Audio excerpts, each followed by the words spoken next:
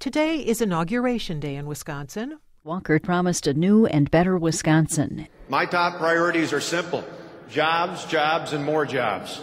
We will right-size state government by ensuring that government is providing only the essential services our citizens need and our taxpayers can afford.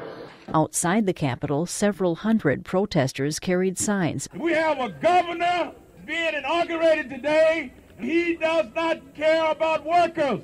But here's the difference. We elect people, we can recall people.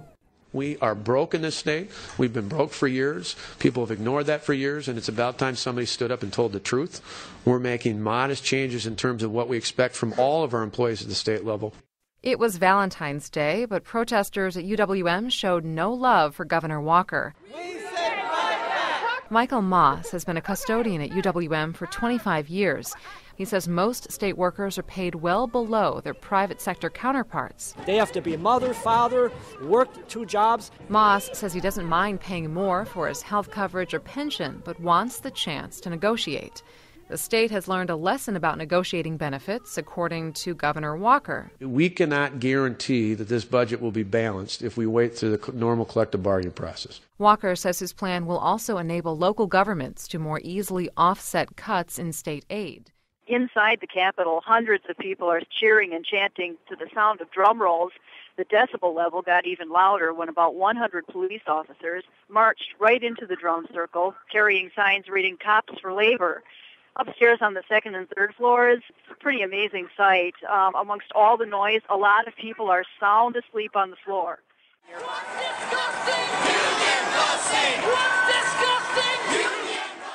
Marty, was there anybody there defending the bill? State Senator Glenn Grothman was watching the activity from his window on the ground floor. There are some people who understand it, and there are a given number of school teachers or college professors or prison guards who are going to get mad at me. And I don't like it, but the arithmetic demands nothing less. No one knows where the 14 Democratic senators are, but one is quoted as saying they have left Wisconsin because the bill they're supposed to vote on is tearing the state apart. The Democrats' absence means the Republican majority cannot vote on the plan. They need one more member present. Majority Leader Scott Fitzgerald says he'll do what's needed to make sure the Senate does its job. We right now have law enforcement that are out there looking for Democrat senators to try and have some of them come back to the chamber. I've been in contact with the Wisconsin 14. I don't think I've seen greater courage exhibited on the part of legislators since we were voting on the Civil Rights Bill back in the 65 session, and Ray Tobias and John McCormick from the south side of Milwaukee voted for that Civil Rights Bill despite the fact that they were almost hung at effigy. The Assembly has been in session since Tuesday morning. That is correct. From the beginning, Democrats made it clear that they were not ready to vote on this legislation. So since then, they've introduced several amendments, and that's being modest. And I have to tell you, they're not done yet. But so far, Republicans have shut down all proposed changes. It's the job of the minority party to bring forward as many amendments as you can, and some of the amendments are heartfelt, and some are just to put out there to take up time. Even if the legislation makes it through the Assembly where Republicans say they have enough votes, there's no way the Senate can take it up. That's because the 14 Democrats that fled the state last week are refusing to come back. I spoke with Democratic Senator Chris Larson. Now that it's slowed down, people have actually had a chance to read what's in this 144 months. We've gone through 60-plus hours of debate. This has been an extraordinarily difficult process. Democracy is not always easy, and sometimes it's not always pretty. The reason there's people out in this Capitol lobby is because we are not treating everybody the way we would want to be treated. Having been read 3 times, shall the bill be passed? All in favor will vote aye. All opposed will vote no. The clerk will open the roll. No. There are 51 ayes, 17 nays. The bill is passed. Good morning, Bob. What word can you use to describe what transpired from late yesterday into last evening in Madison? Stunning, astonishing, stupefying, jaw-dropping, incredible, unbelievable. Well, it looks like we're living through a highly ideological era where the Republican Party no longer has a moderate wing and the Democratic Party no longer has a moderate wing. And so everything becomes sort of a fight to the death compared to the era when compromise was considered a good word. The Koch family has a history of they don't like big government, they don't like regulation, they don't like unions. What role have you learned they've played in Wisconsin politics in recent times? In the elections last year, Koch Industries Political Action Committee gave $43,000 to Scott Walker. The Koch brothers put up money to launch Americans for Prosperity about 10 years ago. They have a website called Stand With Walker. They're running TV ads supporting Walker. If they started all this 10 years ago, why is it taking a hold right now? The state and local governments are facing financial crunch like they haven't seen since the Great Depression, and it is an opportunity to make the argument that the government would have a much easier time, the taxpayers would have a much easier time of it if public employee unions weren't so greedy. And then you go from that to maybe we should rethink collective bargaining rights. Folks, Wisconsin Governor Scott Walker is using the new Republican majorities to heroically strip state employees of the right to negotiate. And of course, the Democrats were too cowardly to stand and fight. Governor Walker and the Republicans just gave over $100 million in tax cuts to corporations, and now they're asking teachers and nurses to pay for it, and attacking workers' rights to negotiate for fair benefits. This is Republican class warfare, an attack on the middle class. This is a battle we need to win. The state of Wisconsin in many ways represents the country more broadly. So if an interest group can get their preferred policy in Wisconsin, they believe that that is going to help them on a national level. I don't want this to come at the expense of our schools, our natural resources, access to health care for our most vulnerable in the state. We're not sure where these cuts are going to be coming from. You aren't forthcoming with them yet, but I kind of feel like you've got something behind your back. We may need to start to readdress what is Medicaid and what is not Medicaid. Some of the expansions have gone tremendously beyond the definitions of Medicaid. Secretary Dennis Smith plans to cut Wisconsin's senior care program. When you have the program growing 2 to 3 times faster than revenue, something has to change. Well, you see, every illness. I don't think we have a patient who doesn't have mental health issues, poor nutrition, overexposure. I have epilepsy. I come here to make sure my Depakote level is up to date because right now I'm kind of homeless, so this is the only place I can really go to as of right now. How long have you not been working? About a year now. I used to be a security guard, and they laid me off. It's going to be a disaster if there's any further cutback in access to medical care. A disaster.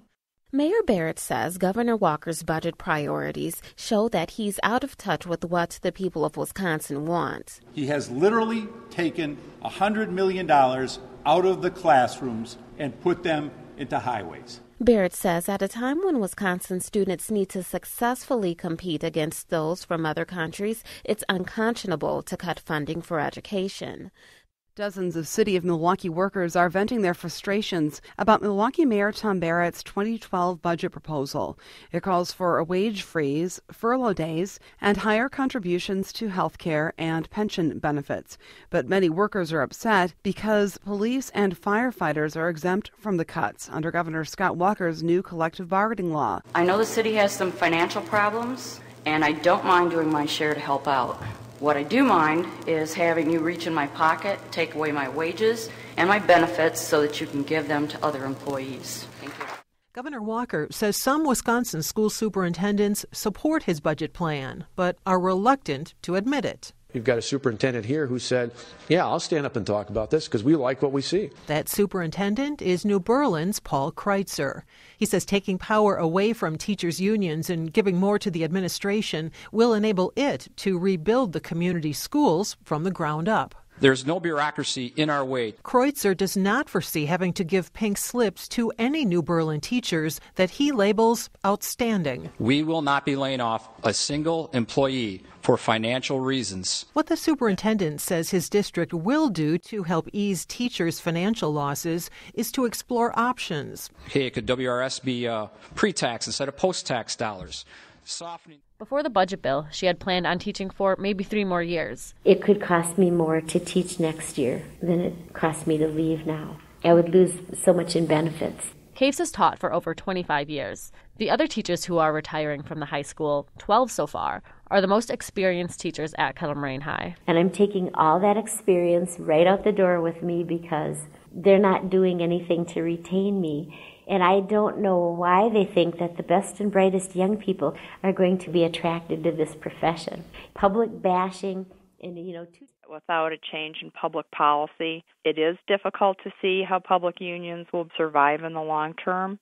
But I think it's misleading to say if some unions don't successfully recertify that this proves public employees don't really want union representation.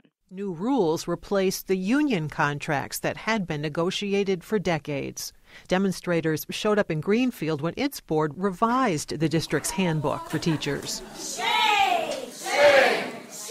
Board President Bruce Bailey says one change impacts training or in-service days for teachers. So they're saying it's 3 days that they're going to have to work that they're not getting paid for. Well, they actually are getting paid for it.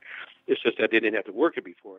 Over at Milwaukee City Hall, Troy Hamblin is helping craft a new compensation plan for city workers no longer under contract. Safety shoes, safety glasses, things like that we're obviously going to keep. A very good example of things we're considering getting rid of would be, should we pay for an employee to clean their clothes? Hamblin says in the past he has had to reach deals with 20 unions. Now just 3 remain. Committees have started circulating petitions against 8 Democrats and 8 Republicans. That's half the Senate. Democrats are targeted because they left the state to delay action on the governor's bill. If you don't want to do the job, then move over and let someone else in there. Republicans are pegged because they support the governor's proposal, which would curtail collective bargaining rights for public workers. I think everybody, whether they're for or against what's going on, everybody is going to be directly affected by this because it's going to set a precedent. Interests on both sides nationally will see Wisconsin as a critical first battleground, and they will want to get a win. There are some conservative groups, specifically out of Utah, that have been pushing for the recall of the Democratic legislators. Recall organizers in Milwaukee's northern suburbs have been standing on busy street corners to collect recall signatures against Republican Senator Alberta Darling. Yesterday afternoon, volunteers gathered at Kletch Park to announce they've gathered enough. I've never seen this level of enthusiasm and engagement. On Tuesday, 6 recall primaries will take place in Wisconsin. All are targeted against Republican senators for supporting Governor Walker's rollback of collective bargaining rights for public workers. Republicans currently hold a 19-14 majority in the Wisconsin Senate.